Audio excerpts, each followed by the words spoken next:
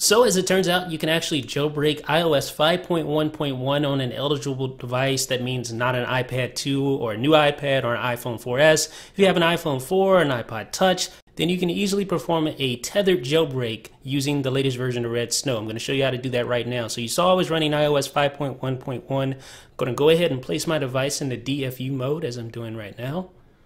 So let's give it a few seconds and we should be in DFU mode. If you don't know how to do that, then check out iDownload blog for the information. Now load up the latest version of RedSn0w. You should see your device connected there. Go to Extras and then select ISPW. Now you want to point it to your iOS 5.1 firmware for that device, the 5.1 firmware, because RedSn0w hasn't been updated yet. You should see successfully identified. Once RedSn0w is updated, you will not need to do this anymore, but until then, you need to point it to the older firmware and then click on Jailbreak and you'll see it. Have this screen here, install Cydia, make sure that's checked, click next, it'll exploit and do all its business there as normal. Now I've sped this up just a tad for your convenience, but it's pretty much exactly like this process that you see now. So it's downloading the jailbreak data, you'll see this on your device here, and eventually you should see matrix mode, there we go. That's what I like to call the matrix mode. See all the little scrolling text going by. And this takes a little while. It will take a little bit of time, so just be patient, and eventually you'll see the RedSn0w pineapple logo, or the Pwnapple logo, if you will. So just give it a few more seconds,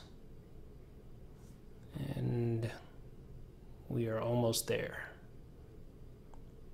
Checking catalog hierarchy. Okay, and there we go. Here's the moving applications portion, and this takes a little while. This takes some time to complete with the 5.1.1 jailbreak. So just bear with us. I've sped this up a little bit just to get through it so you guys can see the entire process in a reasonable amount of time. You see rebooting now, and eventually you should come back up to your home screen.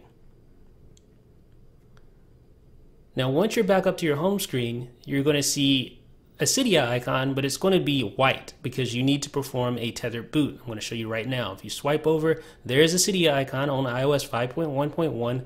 So what we need to do is to put our device back into DFU mode so that we can perform a tethered boot in order to use Cydia. And this is necessary because this is, of course, a tethered jailbreak. This is not an untethered jailbreak. The last untethered jailbreak was iOS 5.0.1. So if you're currently running an iPhone 4S, iPad 2, a new iPad, don't update obviously, and if you're still on 5.0.1 enjoying your untethered jailbreak, then stay on that.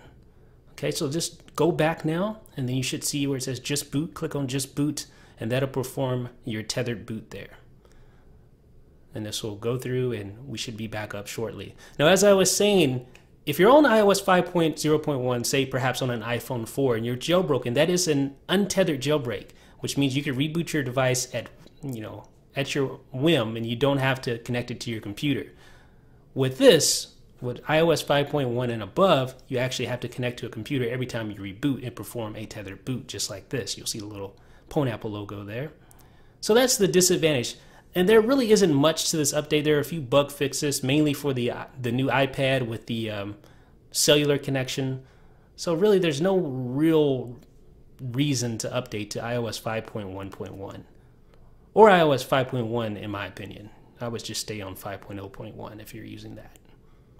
Okay, so this should be up momentarily. Give it a few seconds. There we go. So we're back at our home screen, and again, let's go ahead and unlock our device and see if we see the Cydia icon. There it is. We're ready to use it. A jailbroken iOS 5.1.1 device right here, folks, in the flesh.